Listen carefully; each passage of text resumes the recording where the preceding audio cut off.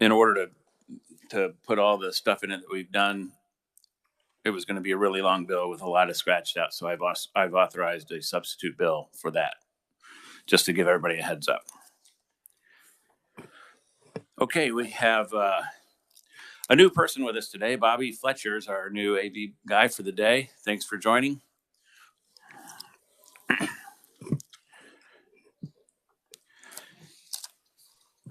All right, first item, Representative Sutton. Right, yeah, right. If you could just keep zooming in on Representative Sutton during the meeting, that'd be great.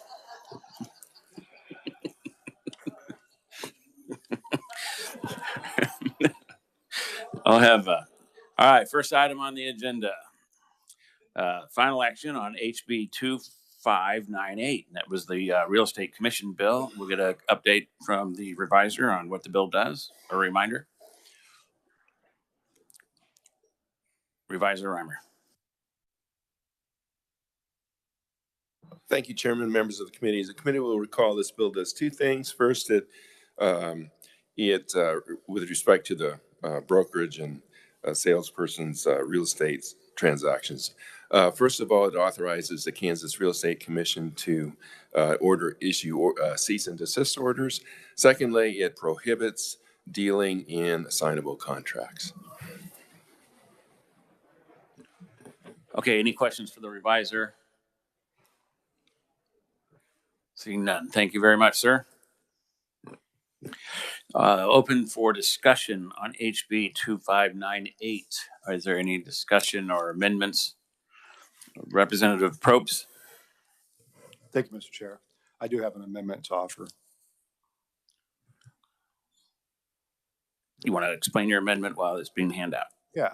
So for the last several years, I've been working on something very similar to the wholesaling and assignable contract issue. It deals with land contracts or contract for deed on the purchase of real estate, residential real estate. I want to be clear about that.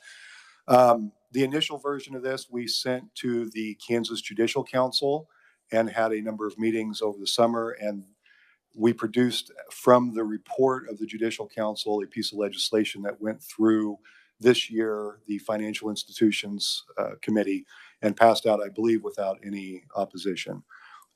Basically, this does a couple of things.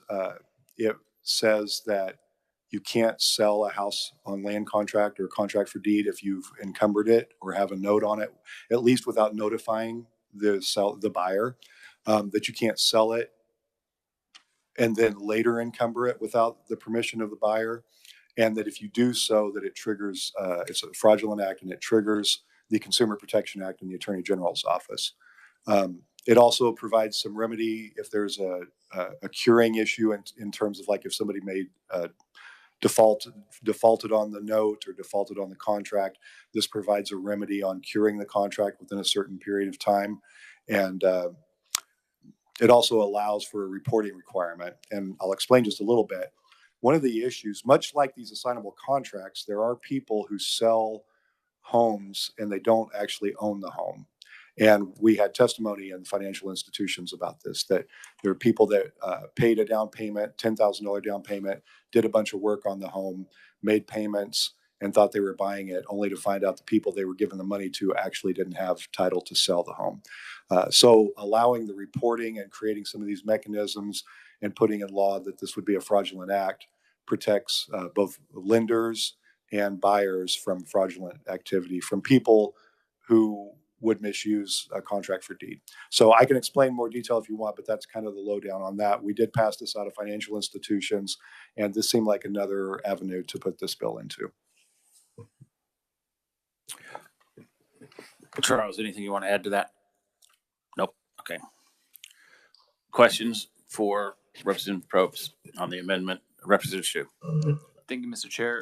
Representative, is it true? I remember I'm the ranking on financial institutions that basically if you're renting a house, you're protected under landlord-tenant laws. If you're buying a house, you're protected under the traditional mortgage process.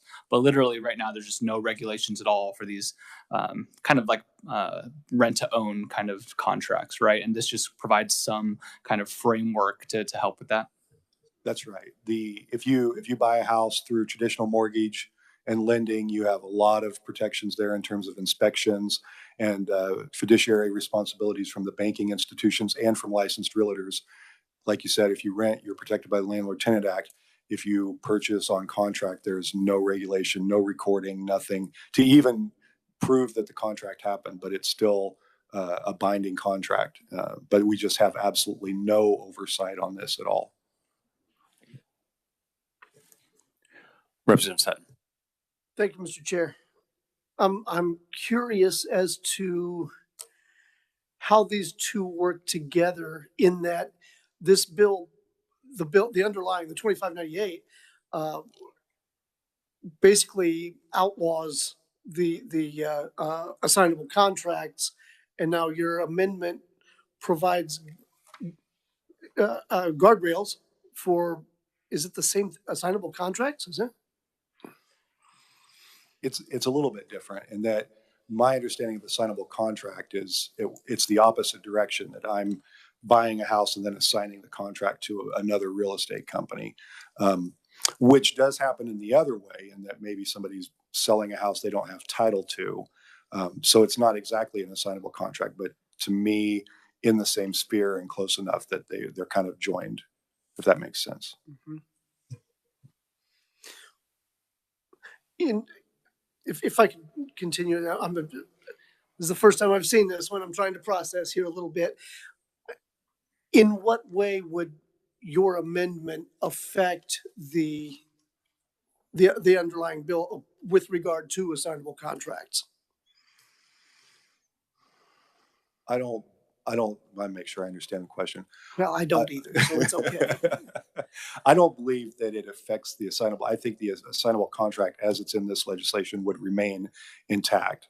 This just adds on another provision or another section that would address contract for deed. And it explains, if we're going to explain how assignable contracts would be, like the cease and desist and that's fraudulent act part, we're also explaining how contract deeds would work and what triggers a fraudulent act in those instances. Okay. I think that clears it up in my mind. Thank you. Two separate issues, but they're both fraudulent acts that people are taking advantage of other people. It's kind of how I look at it. Representative Blue. Thank you, Mr. Chair. My question is for the reviser, and I'm curious if it just happens to be a typo.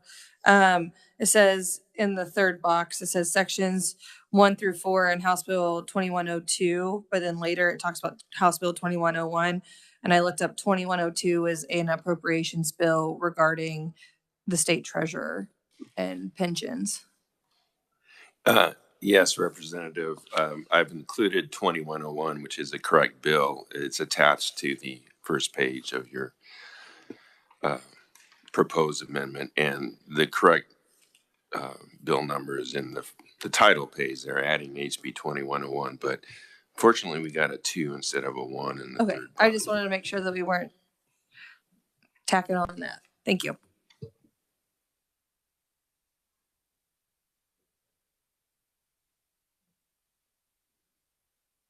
Any further questions on the amendment?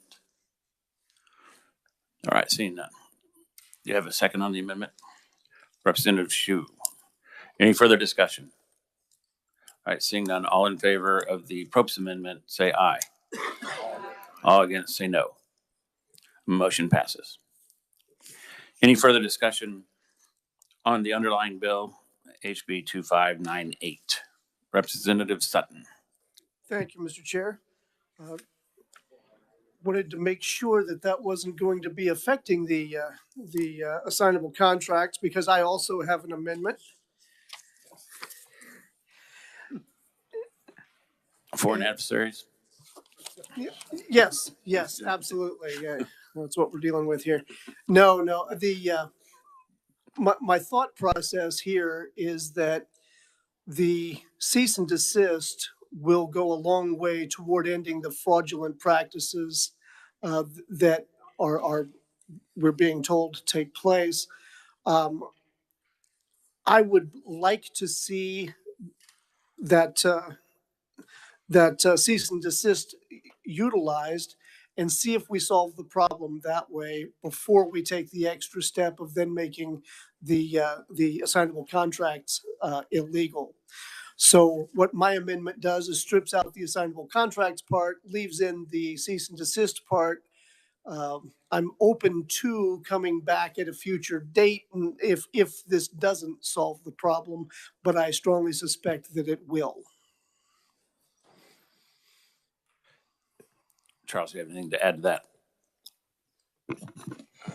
Just a technical note that because the language that removing, as you can see on the second page of the proposed amendment, is the only amendment to that section. What would happen would be the entire section would be removed. So this might be something the committee might want to consider as a substitute bill because all the, it's just going to be, but it's not that big a deal. It's just going to be strikeout of section 1.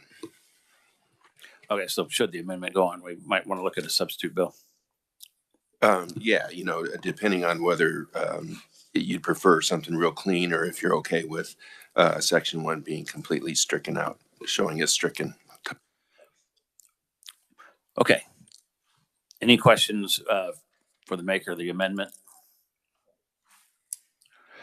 Representative Hoffman.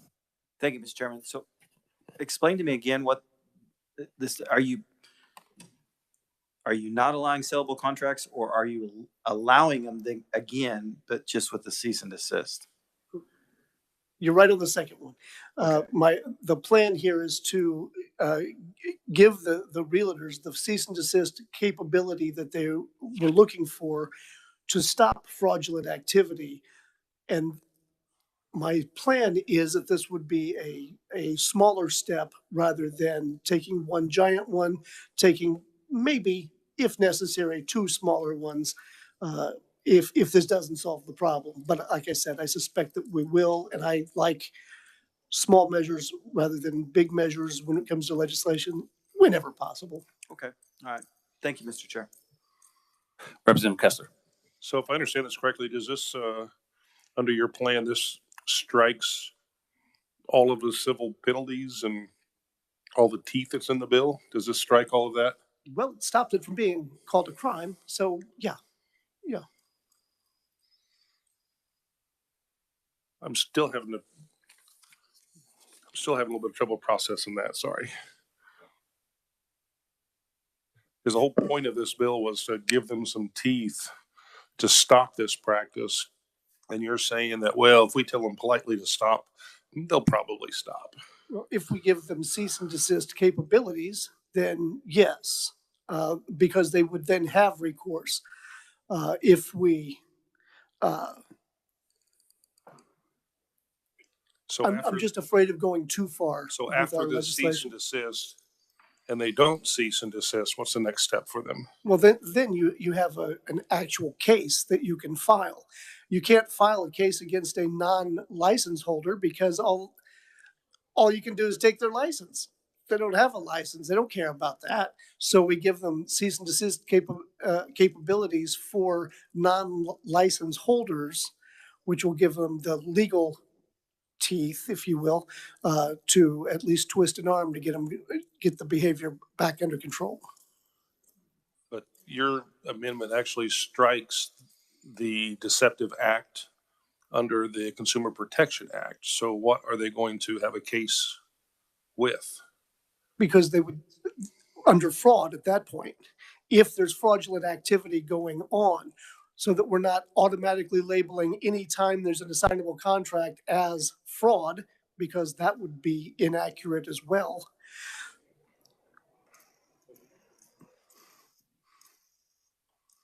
Any further questions for the bringer of the amendment? Representative Probst. Thank you, Mr. Chair. I want to make sure I understand this too.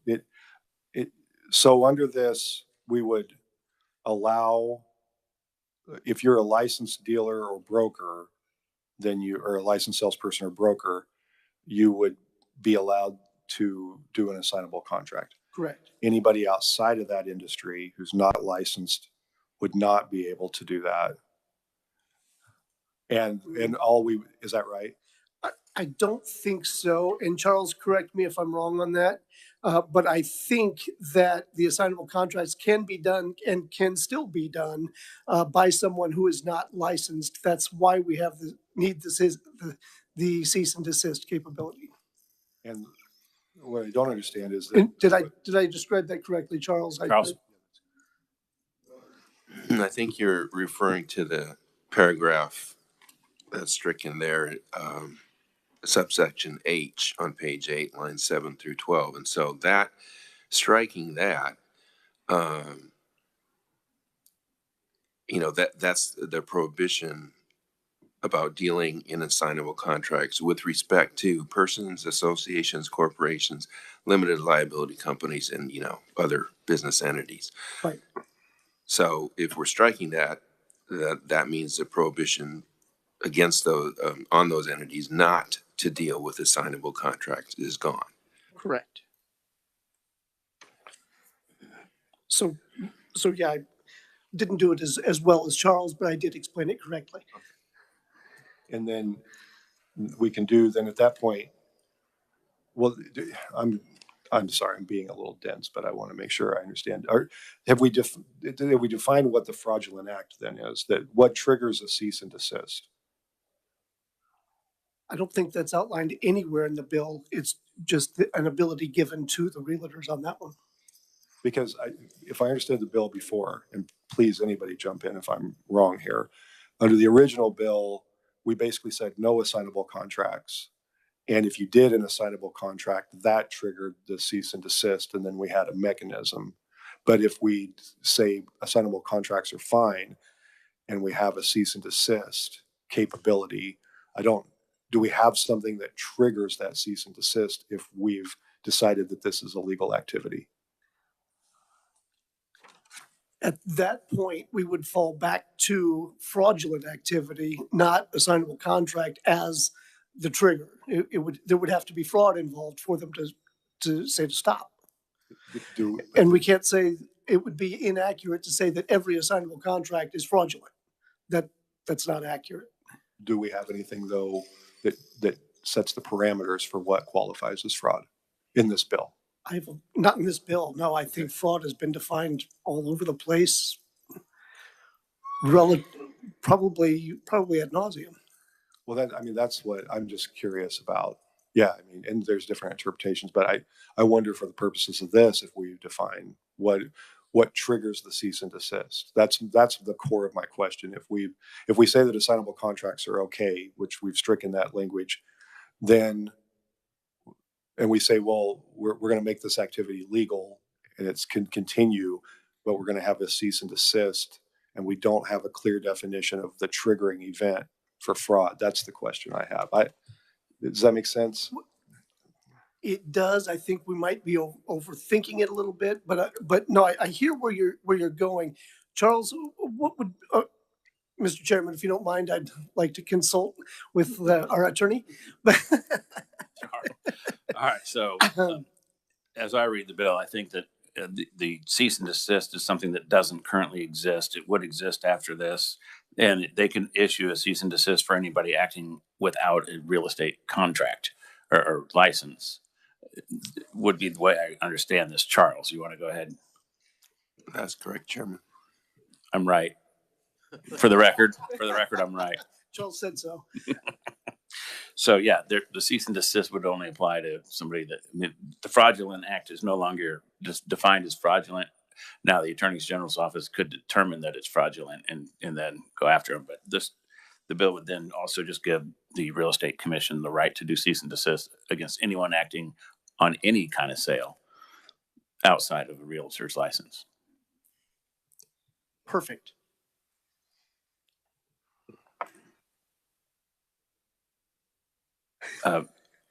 Representative Kessler and then Blue. Thank you. I have to formulate my question here. Thank you for that explanation. But it still seems to me just a little bit that this bill kind of eliminates all of that. It eliminates all of that. It's swept under the rug. It's gone. It's just what this amendment does is it brings it back and allows those to happen But if it does happen, and once we've are in the middle of this problem or the middle of this situation, now we can go start yelling and screaming and hopefully get a cease and desist by somebody uh, through a realtor or the state board or something. I mean, I think it just kind of undermines the whole fundamentality of this bill as far as what the purpose of that. We've been kind of talking about this bill for several years, and I think it just kind of, I don't know, puts like a back door in to allow it to keep happening unless somebody says something. The fallacy, if, Representative Blue. sorry, go ahead. I do have a question. Thank you, Mr. Chair. I do have a question for Representative Sutton. I'm curious, have you talked to the realtors about this and what their thoughts were? Well, obviously, Representative Sutton on both those. thank you. First off, the realtors really want the cease and desist. That's the one they really want. Would they like the other part? Sure, but the big point is the cease and desist. Now, the fallacy that I would like to point out, and we have been discussing this for a couple of years now, the fallacy is that every assignable contract is fraudulent. That's not true. What we want to stop is the fraudulent activity. And so to get rid of the entire practice of assignable contracts because of a few bad actors, or maybe, who knows, I could be wrong. Maybe every single one of them is a bad actor. It's possible. But I want to find that out for sure before we take the entire transaction off the table. Mr. Chair, I have a follow-up to Representative Sutton on this. Would you say then that would they be neutral or opponents or proponents to your amendment? I'm not even going to guess. I don't have any idea. I'm just trying to get an idea. Thank you.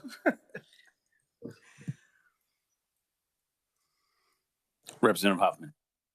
Thank you, Mr. Chairman. So if I'm looking at this right, it changes the onus of what a cease and desist order would be used for from a sale, I can't think of it, the practice that's being marked out, to simply just being someone who is practicing without a license. That's basically what it's doing, right? It's going to be up to the real estate commission. The way I see this moving forward, I don't see good actors being chased down by the real estate commission.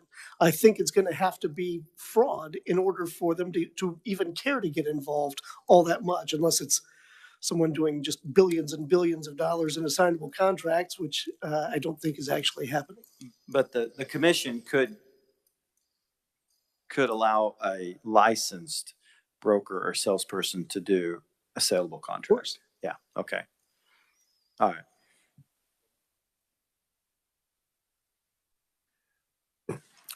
Representative Dotson.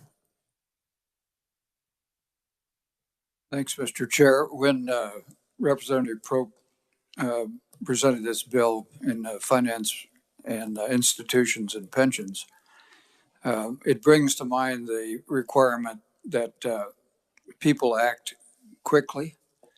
Otherwise, by the time you get around to adjudication, the harm is done.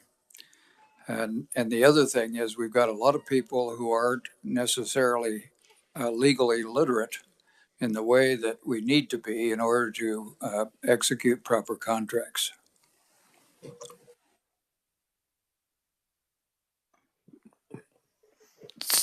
I'm not seeing any other discussions or questions. Do we have a second on the amendment? Representative Williams, Laura Williams. Any further discussion? Seeing none, all in favor of the Sutton amendment, say aye. Aye. All against, say no. No. Noes appear to have it. Noes do have it. We're back on the underlying bill. Any further discussion or amendments on the underlying bill?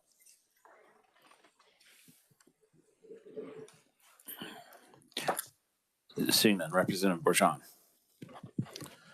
Thank you, Mr. Chairman. I move House Bill 2598 as amended favorably for passage. As a substitute bill. As a substitute bill. Seconded by Representative Dodson. Any further discussion? Seeing none, all in favor say aye. Aye. All against say no. Motion passes. All right, moving on. The next item on the agenda is a hearing on HB 2648, having to do with proposed rules and regulations. And we'll get a description on what the bill does from Revisor Reimer.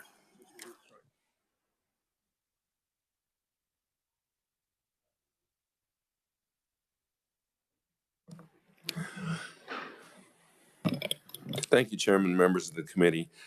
House Bill 2648 makes changes to the process and requirements for approval of regulations, specifically with respect to the economic impact statement and review of costs expected to be incurred by businesses, local governmental units, and individuals because of the proposed regulation.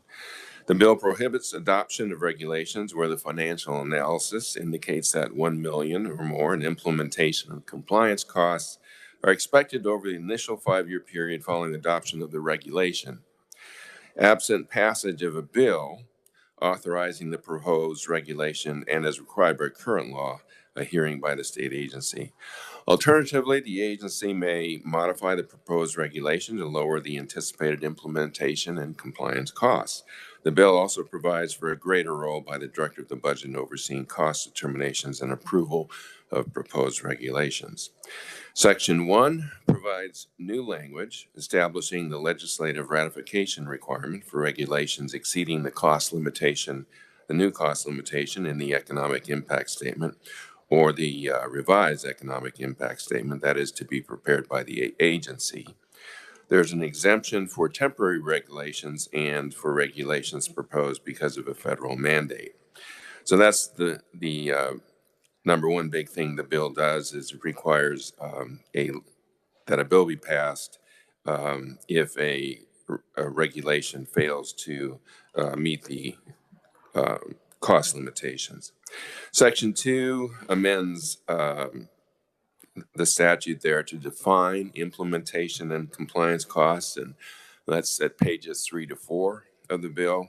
So that's an important definition. I don't think there was a clear definition prior to this. Section 3 amends the statute to address filing requirements for proposed regulations with the Secretary of State. One thing the bill does, it replaces the term person or members of the public with individual or individual and entities. And for the most part, I think this is just really to be more clear in language. However, there is on page 6, line 28, there's a potentially substantive change there with that replacement of persons with individuals. The bill also amends a portion of Section 3 describing the required filing of an estimate of the total annual implementation and compliance costs expected to be incurred by or passed along to businesses, local government, or individuals. Currently, the agency must make a determination in its economic impact statement whether those costs will exceed $1 million over any 2-year period until June 30, 2024. July 1, 2024, that changes to $3 million over any 2-year period. In conformance with Section 1, this language is replaced to require a determination of whether the costs will exceed $1 million over the initial 5-year period following adoption of the proposed rule and regulation. Section 4 pertains to the review by the Director of the Budget of the agency's economic impact statement. There's new language that's added in the bill to require the Director to review the agency determination of the amount of implementation and compliance costs, a reference to a now newly defined term, incurred by or passed along to businesses, local government, and individuals, and then again over that initial 5-year period following adoption of the regulation. Current law provides that the director of the budget need not conduct a review if the agency determines costs are less than the current cost standard. New language also specifies that the director shall approve the regulation under certain circumstances, and additionally, if the director of the or disapprove it if the director determines it's incomplete or contains substantive inaccuracies. That's similar to current law, but additionally, if the director of the budget determines that the proposed regulation will exceed the new cost limitations, the director shall approve of the regulation if it has been legislatively ratified by passage of the bill as provided in Section 1, and the agency holds a public hearing as provided by current law, and that's at pages 8 and 9 of the bill. The bill adds language that the public hearing may be held prior to or after the ratification by the legislature. The new language contains an additional option for disapproval, again, if the economic impact statement is incomplete or contains substantive inaccuracies upon the director of the budget's review. The annual report of the director to the legislature and Joint Committee on Administrative Rules and Regulations now also would include regulations that are denied as well as regulations that are approved under current law. The director is to immediately submit a report upon the approval or denial of a rule or regulation that exceeds that new cost limitation. Finally, this section requires that no regulation shall be filed by the Secretary of State unless it has complied with the provisions for review by the director of the budget and ratification by the legislature if the regulation is determined to exceed those new cost standards. And that's at page 10. If enacted, the bill would become effective July 1st, 2024. And that is what the bill does. Thank you, Charles. Is there any questions on what the bill does? Seeing none. Thank you very much, sir. All right, moving on to proponents. In person, we have Eric Stafford, VP Government Affairs, Kansas Chamber. Welcome back to committee today, sir. Thank you, Mr. Chairman and committee members. Good afternoon. Happy February 13th, which means we're progressing and approaching turnaround. So cheers and confetti all around for everybody. Appreciate the opportunity to testify today in support of House Bill 2648. So back in 2018, under Governor Jeff Collier, Kansas passed what was kind of the first part to what's known as the REINS Act, regulations from the executive in need of scrutiny that you've seen states pass, and Congress has some provisions dealing with rules and regs and the authority from the legislature or Congress to delegate implementation of statute to state agencies. But that provision back in 2018 really focused on the economic impact statement.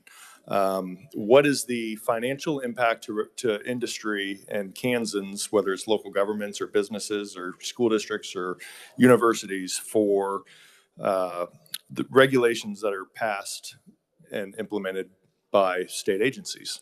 But with that, there's still not a lot that Kansas can do. JCAR is basically just a stamp. They don't have any authority to stop problematic regulations that might go beyond the scope of what you guys implement. And I know we read about it in the papers, and in an effort here, we're not trying to pick on anybody. We've seen both President Biden and President Trump and President Obama and President Bush use regulation or regulatory authority in the agencies to accomplish certain objectives. And especially here at the state level, we disagree with that approach. If there's something that should be done, it should be passed in policy, not through the rule and reg process. And so what we're trying to do today with this bill, we worked with, first of all, Representative Wassinger, big, huge thanks to her for her passion in this area. Some interested parties, many of whom will be testifying or have submitted testimony today in support, started talking to her last summer to say, what can we do to help strengthen the rule and reg authority and oversight by the legislature of state agencies? And so we found Wisconsin, Florida, some other states. This bill before you today is largely based off of Florida and Wisconsin, what they already have in place. But strengthening the economic impact statement, but then also putting a stronger threshold provision that does require, if it exceeds that $1 million over a 5-year period, requires the legislature or the agency to introduce a bill to be passed by the legislature to promulgate those regulations. What we were told this summer when we were researching this, the state of Florida has a similar provision. They average about 4 bills per year. So it's not overly burdensome on you as a legislator to have to constantly deal with bills being introduced, dealing with rules and regulations. So that's new section 1, as Charles went through. New section 1 is that new legislative oversight provision. The economic impact statements, again, talking about hands being tied. When we got the bill passed in the state of Kansas, or when Kansas passed the bill back in 2018, we worked closely with the budget director, Larry Campbell, at the time. And there was a bill a couple of years ago because some of the timing of the whole economic impact statement wasn't really working well. So we were supportive of those efforts to modify that process. But there's still not a lot of teeth to it. And if you look on our testimony, if you scroll through our PDF, you'll wonder why the heck did Stafford submit 27 pages of testimony. And I'm submitted a copy of proposed regulations that were submitted in November of 21 that dealt with workers' compensation. And I'm not picking on the Department of Labor here. It's just a copy that I had of an economic impact statement to show you that oftentimes JCAR, what they have to deal with is an economic impact statement that doesn't show any real dollar amount or data or analysis on who is going to be impacted and what it costs. If you look through those proposed regulations, most of the answers say not applicable or none, but we could tell you that those regulations that were being looked at the time did in fact have an impact on the business community, on insurance carriers, because of some of the reporting requirements that were going to be implemented. And so what 2648 does is it puts in the ability for the budget director to go back to the agency and say, no, this is not a complete economic impact statement. You need to start over and put a better one together. So it's, again, a little bit more checks and balances, a little bit more accountability in the process. So those are the two really biggest changes that are there.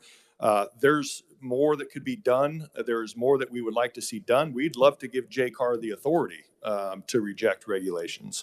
There is a case, I think it's Stephan versus Carlin from the 70s-ish, 80s-ish, somewhere around there, back before the Chiefs won the 3 Super Bowls.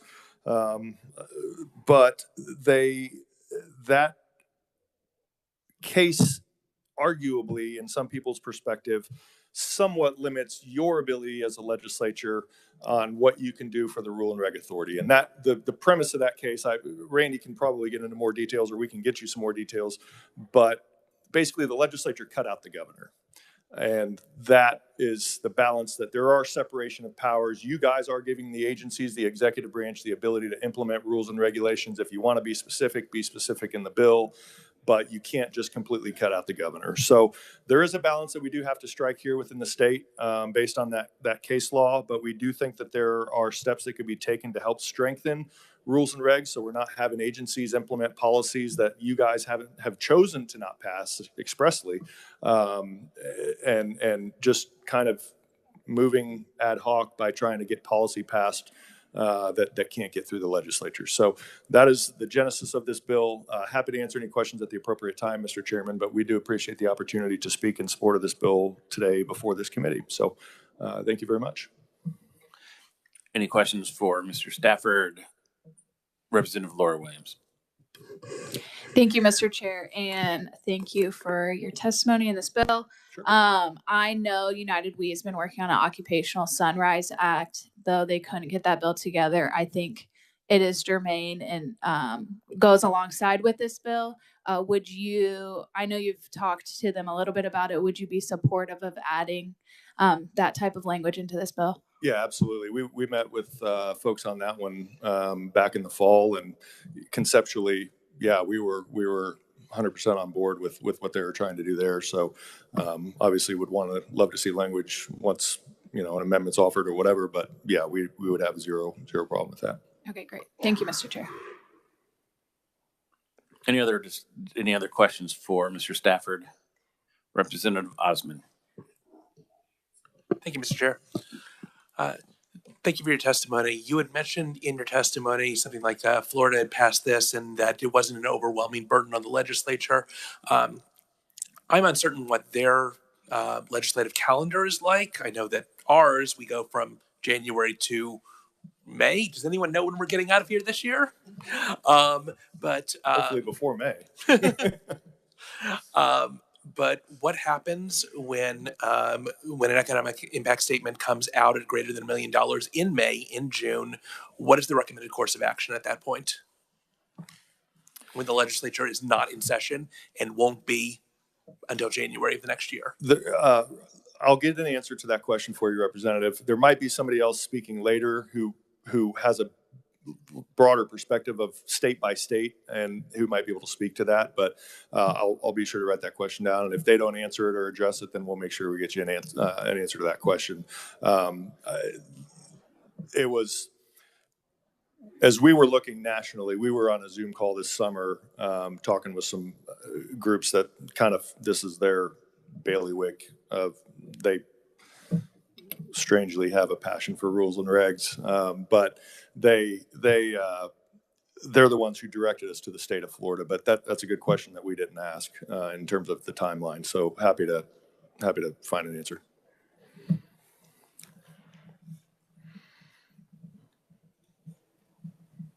Any further questions, Representative Probst? Thank you, Mr. Chair. At the risk of being accused of overthinking, I'll raise a few questions here. Also, I just have to make a comment. Every time we talk about how great Florida is, I remember my trip through Jacksonville where the highway signs were literally ratchet strapped to blocks of concrete. So I don't feel like Florida is like a shining example of how to run government. Can you help me understand what's the current process for rules and regs right now? I believe the agency submits the rules and regulations to the Attorney General's office for basically, and I was talking to Mr. Burrows earlier about this, basically all the AG is doing is it legal? Does it conflict with statute? And then it's going to the budget director, public hearings, which this bill modified that a little bit in the public hearing process, because if it met that $1 million threshold, we felt keeping the public hearing might be redundant because technically you guys would be a public hearing on the bill, but we felt we didn't want to sound like or appear like we were trying to eliminate public input from regulations. And if it was a multi-step process, so be it. But the agency does have a public hearing process. The budget director is reviewing the economic impact statements. If they exceed that $3 million threshold over the first 2 year that's in current law today. If it's under that, then it's exempt. That was a change again under Director Campbell that was proving to be problematic for his office a little bit, in the sense that they were the low cost ones were costing his office a lot of time and energy. So that was something that was changed a couple of years after the 2018 bill went into effect. And that's roughly the process. And then it goes to JCAR. Yes, and then JCAR. But JCAR doesn't have the authority to reject. They just have to hear and make Yes, suggestions. sir. Right? Okay. I'm wondering, when we do an economic impact statement, is there flexibility enough in that process to talk about the economic impact of not having a regulation in place? I mean, is it comprehensive in its review, or are we looking at this through one lens of here's the economic impact if this regulation goes into place? But they're naturally, nothing exists in a vacuum. So if we don't do a regulation, it's conceivable that there's an opportunity cost or an economic cost in not doing the regulation. Do we include that information in any of these discussions? I mean, I'll give you an example. Over in ag budget, I think there was an economic impact statement of, like, this deals with deer hunting, but our good friend in that committee always wants to encourage out-of-state hunters, but there is an economic impact of a reduction of in-state hunters. We've lost 16,000 in-state hunters over the last 10 years. That's an economic impact to the state. But I'm not sure when we produce economic impact statements, are we looking at this broadly, or are we looking at this through a very narrow lens of like one industry perspective? Yeah, that's a good question. I think that's a fair point. And I would probably say, and I'd love to hear input or talk to our folks, our partners that we've been working in the development of this process. That's a good point that probably should be looked at in the economic impact statement if it's not already. But I wouldn't be opposed to having that detailed in statute as to what should be in there, which is also why we add the definition of implementation costs. That was something that we saw in statute and that the reviser felt would be helpful for what we were trying to accomplish. And yeah, I think that would be a good addition to the economic impact statement. I mean, and to your point, kind of indirectly, there is, if we're dealing with federal regulations, there's some things we just can't control, right? And so we're not trying to impact those types of situations that you guys just largely as a state government have no control over, that the federal government has pushed down, or, you know, changes that you don't have any say on. But yes, I think the negative aspect in terms of what happens if we don't do something, I can't say directly from an agency perspective if it's included or not. What you just said did trigger another thought. I mean, if we have a situation where something's come down from the federal government and a state agency, we're dealing with this in ag right now. The state agency has to comply with a federal agency requirement. This mechanism for doing rules and regs could, if we have to come and get ratified legislative approval for every rule and reg, this could hijack that, and we could have a specific exclusion for federal regulations. Okay, very good. Yeah, thank you. Already in statute. Seeing no further questions, thank you very much for your time. Thank you. All right, next up we have Gary Reeser, Kansas Soybean Association.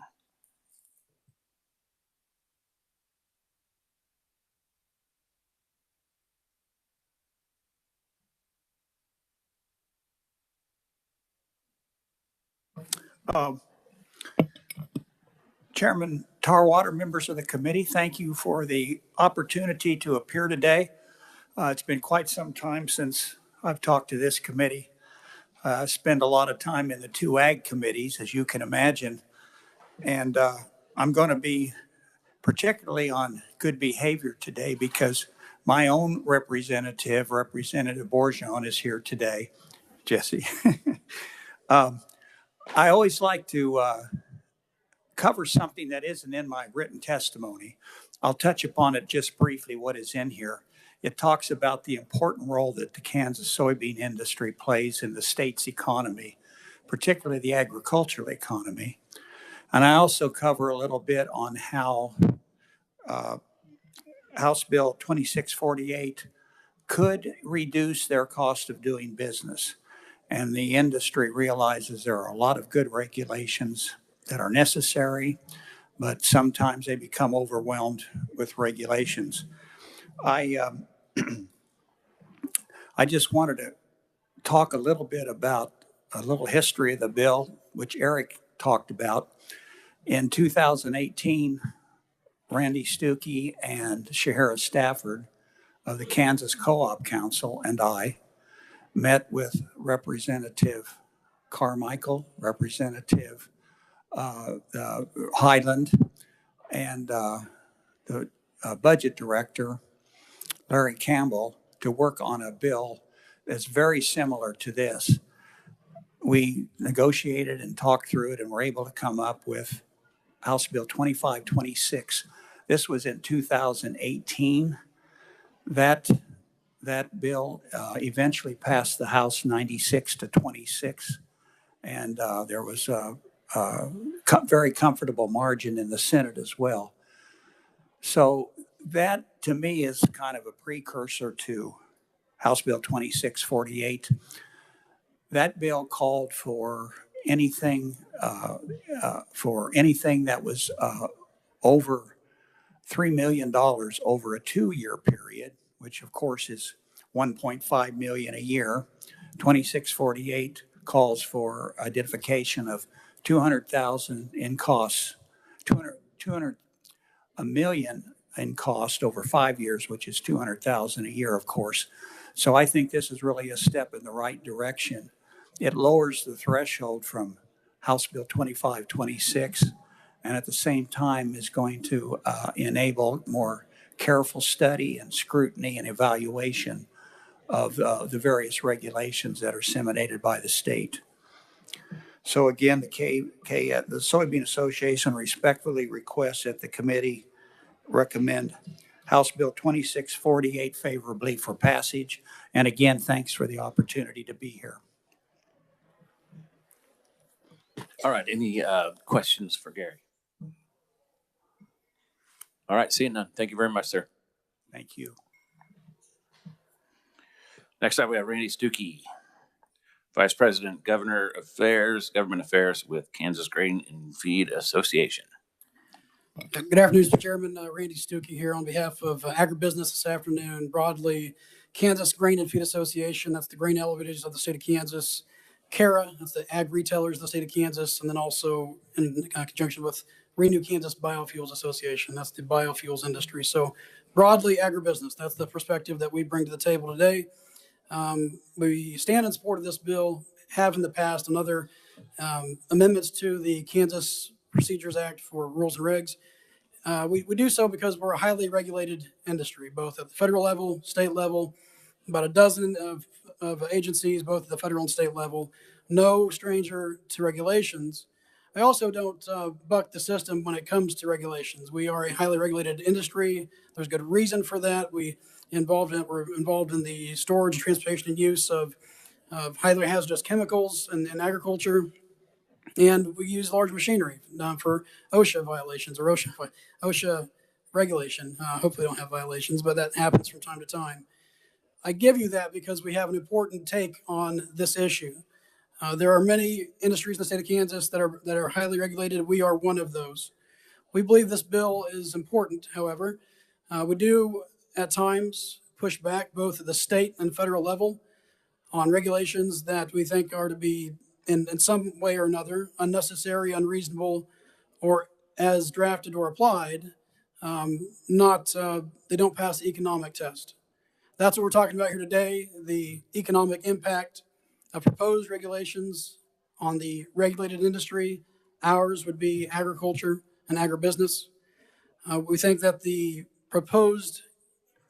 economic level that is proposed in the bill, this $1 million over 5 years, is probably about the right space to have the increased oversight through the budget director's office and to look critically at those economic impact statements that are filed and give them a better review, maybe a second review, but also to allow give the legislature an opportunity to look again at the regulation that's being proposed. And this is where I really want you to hear this, because when the legislature initially delegates their authority to a state agency who by itself is a creature of statute, it's not in the Constitution. The statute was passed to stand up this agency, be it AG or KDHE or whomever, and then further passes another law that says we're going to delegate our authority to create law. This is just the administrative state, right? To delegate our authority to create law to that agency. This is not carte blanche authority, or it ought not be. It's supposed to be the specific authority that's delegated to the agency to promulgate rules and regulations to carry out the act. And whether or not any specific proposed regulation goes in furtherance of that specific delegated authority is incumbent upon this body to look at and ensure. It's also the Attorney General's position to look at and ensure, but it's also, we believe, it should be the authority, responsibility of this body to say, hey, you've gone too far with this proposed regulation. And that's what this bill intends to do in one fashion. That's to say, for these regulations that have such an economic impact on the regulated industry, we want the legislature to look again and say, is this the authority that we delegated, or has it gone too far? I think it's a good bill. It's proven to be a good process in other states. We think it should be amended here in Kansas as well. There's been discussion here today, maybe in the future, about strengthening the oversight role of the committee that does exist, the Joint Committee on Rules and Regulations. How about that?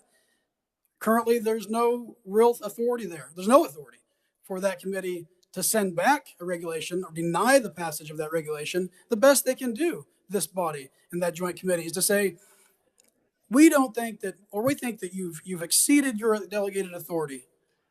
We think there's room there to amend Kansas law, or I do at least, our association do, to amend Kansas law to strengthen the role of that committee, that specific committee that its full capacity is the review of those rules and regulations, those proposed rules and regulations. Currently, that does not exist. It just says, thank you very much for the hearing. We're going to write you a letter telling you why we believe that you should change the proposed rule or not. And then there's no teeth there for the enforcement. We think there's room there to amend that as well. I will draw your attention, if I could please, to my written testimony down towards the bottom and around the corner on the back. We do pay into, as an industry, the grain elevators and the ag retailers every year into a fund.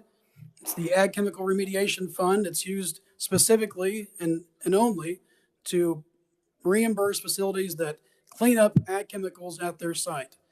The issue is that that board that has oversight authority of that fund has rule authority. Those rules are how that fund should be spent out.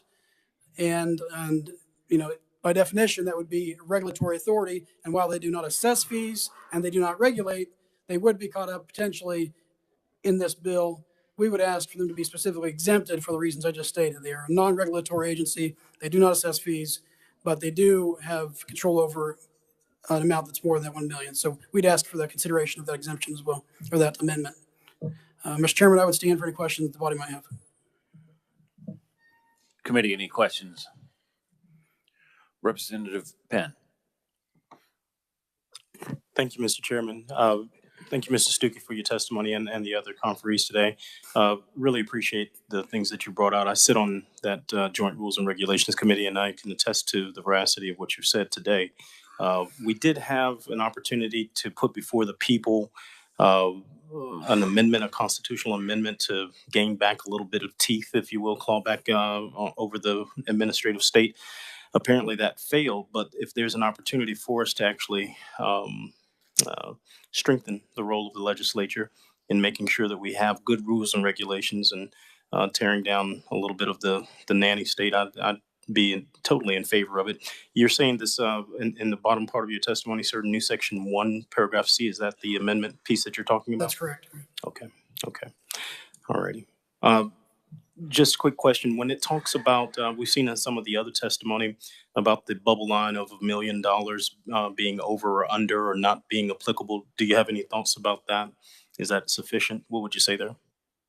I think it would be. We've seen in the past from a previous budget director, their analysis, or at least their report of the regulations that they reviewed at that $3 million over 2 years.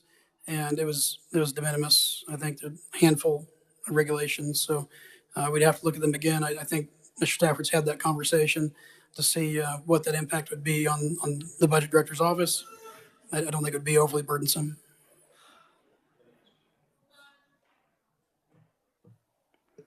Okay, so seeing no further questions, thank you very much, sir. Thank you for your time. Next person on the agenda is Elizabeth Patton with Americans for Prosperity, and she is online. If we could pull her up.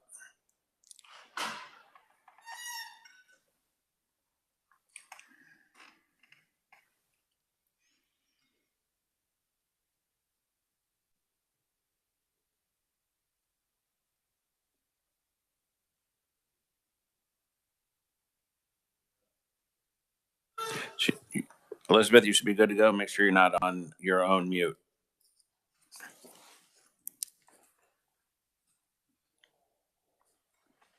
If you're talking, we're not hearing you. I'm not on mute on my end. Can you hear me okay good. now? You're good Okay. now. We can see and hear you. Thank you. Perfect. Appreciate the accommodation for working parents with sick children. I apologize for not being able to be in person today, but grateful for the opportunity to still address the committee. So thank you, Chairman, for the opportunity. I won't be redundant for my fellow conferees. Eric Stafford gave a great review of where we were historically with this bill and of our coalition work to get to this point. It has been a collaborative effort for us getting, quote, the gang back together to fight to make sure that we have a regulatory environment in Kansas ultimately that makes sense and that boosts our economy. So without being redundant, I do want to set the stage a little bit for where we are on regulatory burden. From 1997 to 2015, the regulatory burden upon Kansans businesses and holistically increased about by 72%. And Kansas ranks outside the top 20 states for doing business. That is of great concern to me. On top of that, those state regulations, which are obviously what's at issue today, and the cost thereof of some of them, we know that the cost impacts are even greater from the federal regulations. We know we don't have control over those here today, but federal regulations alone cost the U.S. economy about $4 trillion. And that's about $13,000 for every man, woman, and child in America.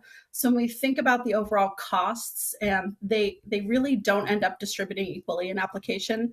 So in fact, some of our research has shown that the cost of these regulations and part of this economic impact analysis really as a proportion of household income is estimated to be about 6 to 8 times higher for small businesses and low-income households than the other. So just wanting to point out that beneath the weight of the current system, businesses are harder to start.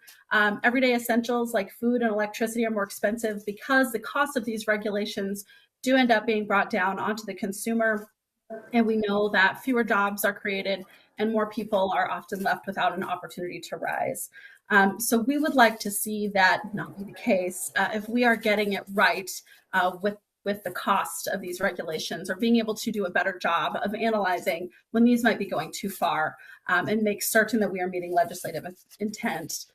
We also know that what we've seen over the years is the cumulative state regulation has had a regressive impact on the Kansas economy, and it has increased our consumer prices and poverty and decreased entrepreneurship when compared to other states.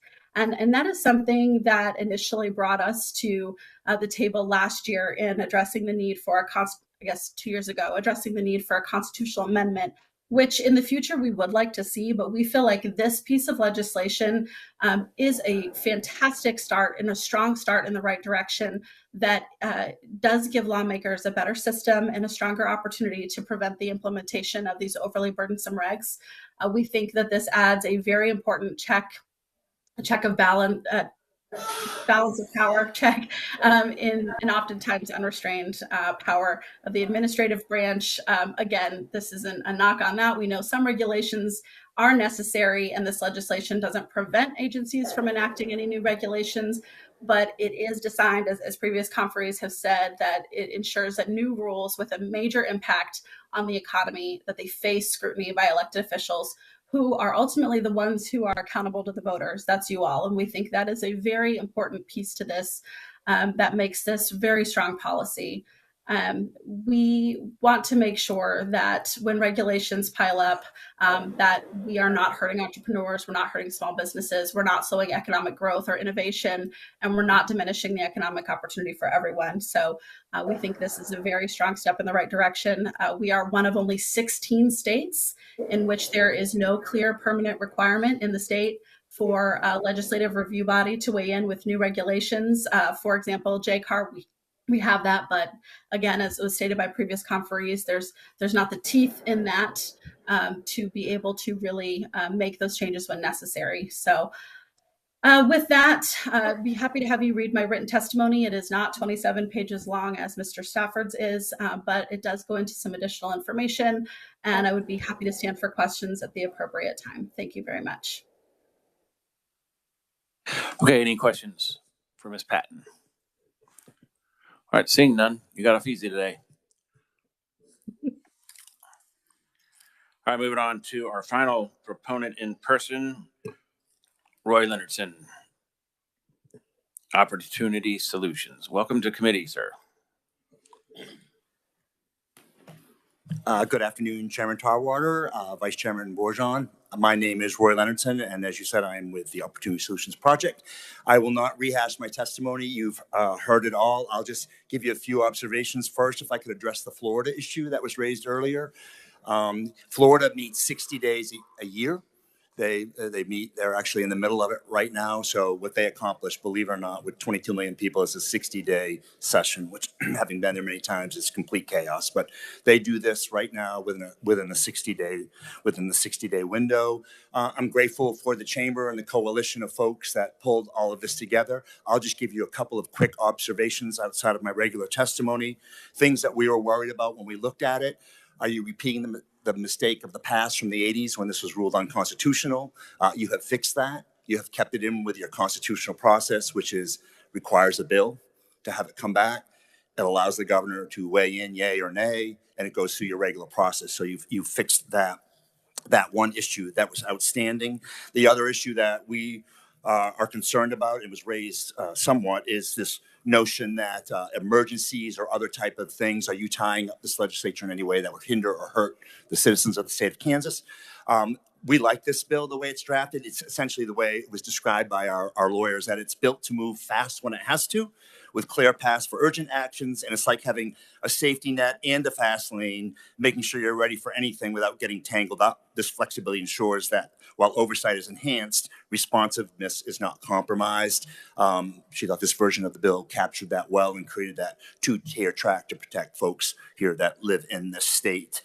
The only other issue I will raise is what actually happened in Florida. I've got a one-pager I can certainly share. By the way, Florida, Virginia, Wisconsin have a Kansas-style legislation that they currently work on. There are a total of 10 states that have some form of this. What you guys have put together is sort of the latest, more sophisticated version that has worked well.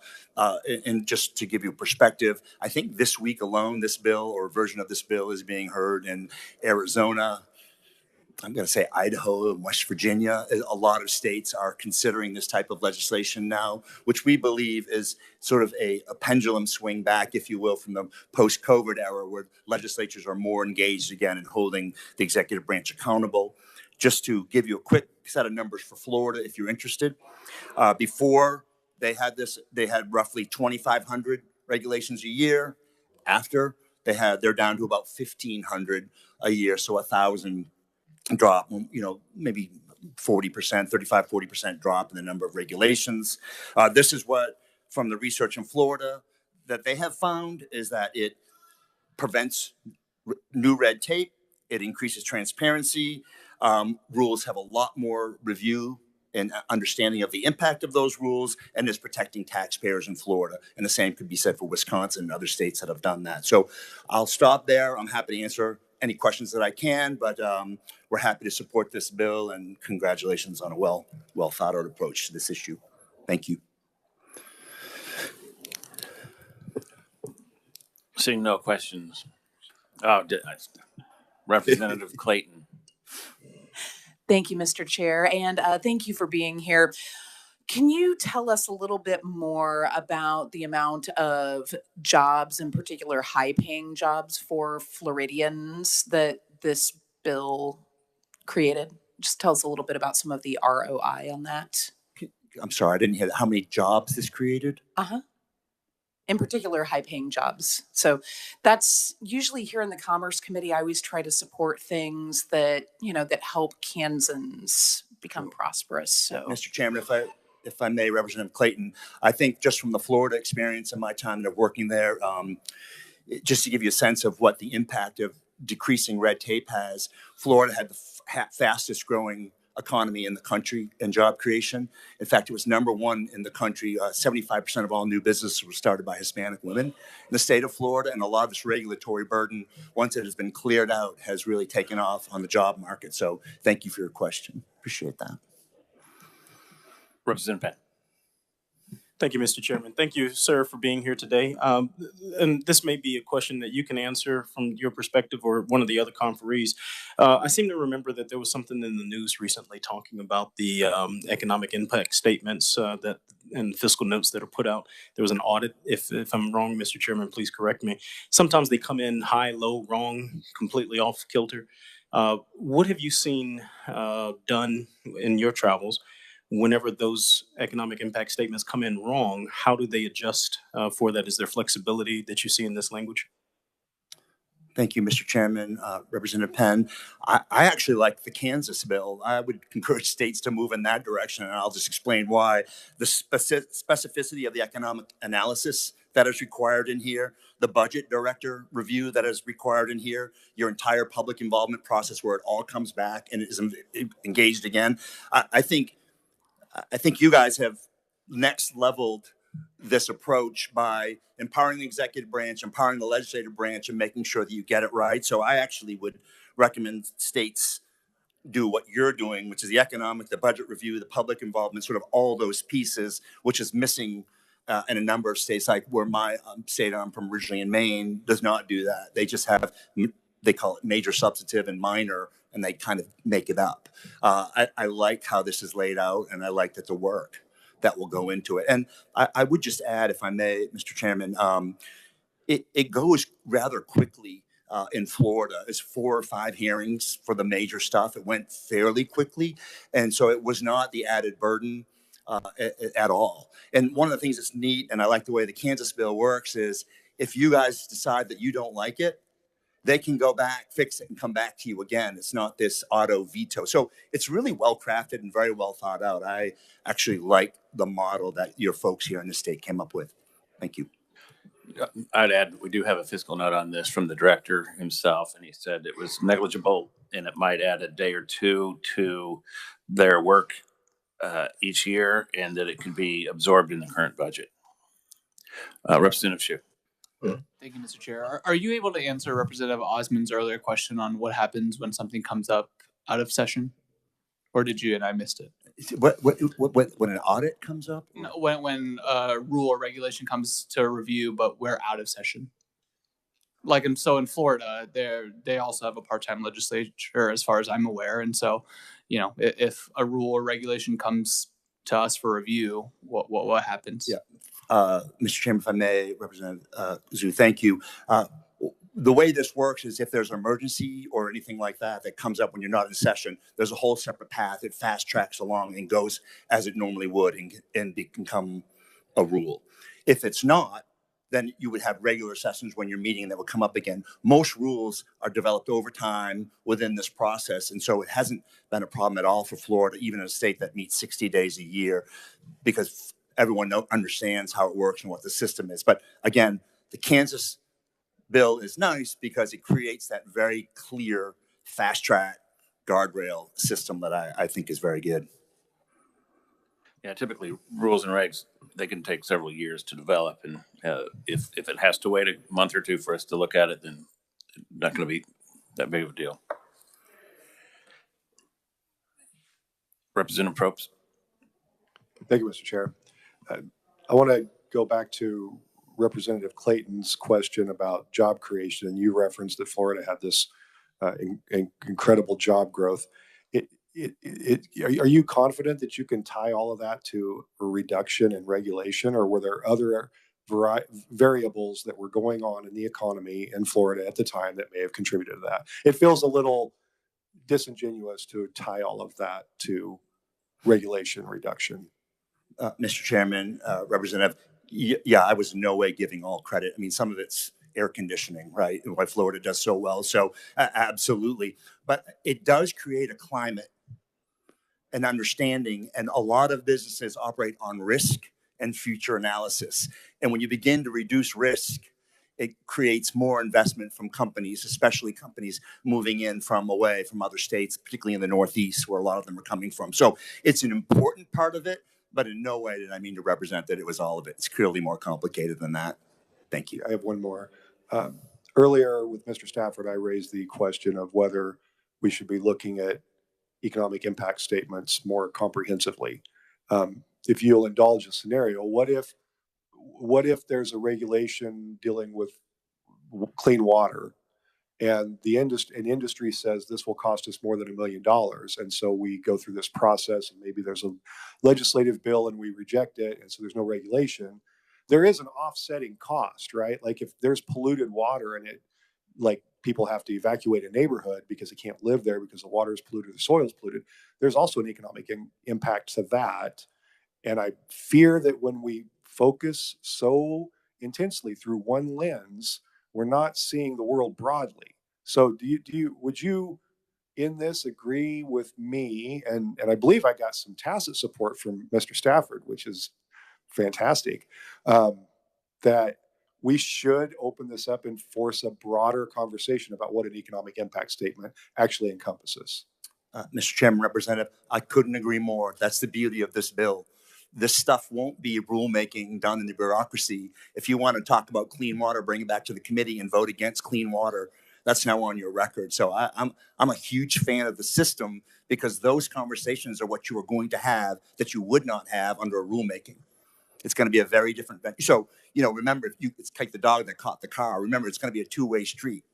You are going to have to look at that. And as any representative sitting here, you now have the bully pulpit and the floor to raise those issues. So for me, it's more transparency and more participation. I love it. Okay, in the interest of time, we'll cease questions here and go to neutral testimony. Thank you. I don't see, there are no other in-person proponents. If there is, speak now. Seeing none. I see no opponents. So we'll go to neutral in person. Dan Burrows, Chief Deputy Attorney General.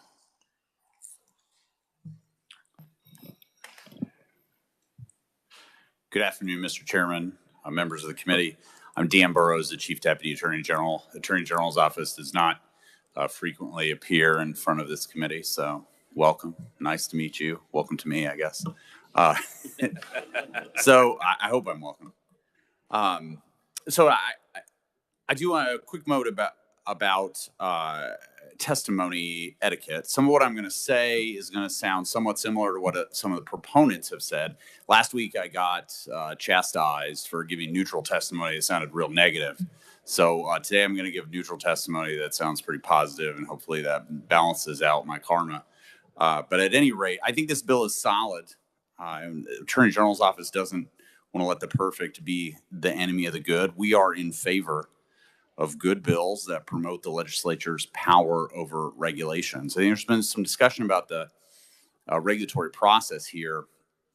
A lot of times the Attorney General is kind of stuck between a rock and a hard place on these things, because they come to the Attorney General's office for review. And we look at these bills solely for form and legality. That's the only thing we review these regulations for. And then 4 to 6 times a year, some representative or senator, good meaning, is blowing up my phone because they have a policy objection to the regulation. A lot of times we agree with it. And were the Attorney General a legislator, he would have the same policy objection. But we think it's very important that we understand everybody's role in government. And the Attorney General doesn't think his role is to make policy objections to regulations. That is the job of the legislature. And we have spoken repeatedly, including to the proponents of this bill, about finding ways that we can increase the legislature's power and control over these things. We think that's a good thing. You're the ones who are elected, and you're the ones who are closest to the people of Kansas and are in office specifically to make these sort of judgments. We've done what we can. We've reinvigorated the office's review of regulations, particularly when it comes to so-called regulatory takings, which had been sort of dormant since the 90s in the office. We're doing what we can to review these things, but ultimately there has to be some legislative input and buy-in into policing the executive agencies. They cannot all fall on the Attorney General. So this testimony is yes and, if you will. We're in favor of this bill. We think the threshold, the dollar threshold, though, we worry is in some ways both over and under inclusive. I think there are problems, as has been mentioned, with the economic impact scope, and that falls on both sides, as some of the questions have pointed out. I know the one that somebody was upset with our office about had to do with some hunting regulation, and the only part of the economic impact statement that they took into account was that there would be reduced fees to the department for hunting licenses. They didn't take into account, economic impact to local communities for having less hunters around, et cetera, et cetera, et cetera. So the expansion of that is probably good, and we're in favor of that. But that is a problem. Anytime you're going to rely on a dollar threshold, you're relying on the agency to, do a searching review of that, if you will. We also occasionally see things that don't have an economic impact, or for which the economic impact may actually be a reduction in costs, but which for various policy reasons might be objectionable to the legislature. And they go to the legislature, and the agency or the Attorney General's office gets blown up by the JCAR, which is mad because it can't do anything. It's totally understandable. It seems like a futile process to them. And again, their policy objections that the Attorney General, were he a legislator, oftentimes would agree with, but are simply not part of our role in this process. But they might, as a dollar matter, not have any cost. This is not a regulation that we've looked at, so you don't need to worry if this is coming down the pike. But let's say, for example, there was some regulation that required all banks not just to have security cameras, but have those security cameras run to the bank commissioner's office, and the bank commissioner be able to zoom in on them 24/7. That might have very little economic costs, but it certainly brings into focus other interests, such as privacy interests that the bankers or anyone else might have, that probably should be part of the legislature's consideration. And so the suggestion that we offer in our written testimony is essentially a JCAR off-ramp. This could be done instead of or in addition to what is in here. It would essentially give the JCAR a pause button to say, we're going to push this one off to the legislature after a vote of the JCAR for whatever reason. There are, of course, separation of powers concerns with that, which some people have raised, related to the state XREL Stephan versus House of Reps case. It's a 1984 case. There's some discussion about when it was. We think that the problems that existed in the Stephan case are not really an issue with our suggestion. But even if they were, I think there are ways to write a workaround. The Attorney General's office would be happy to work with the committee on what that would look like. The bottom line here, though, is we like this, but this is, if we're going to do it, let's do it. Let's really give the legislature the power back over these regulations, and let's not just do it, halfway there and see how it works. And with that, I will yield to any questions. Committee, any questions? Seeing none. Thank you very much. Thank you.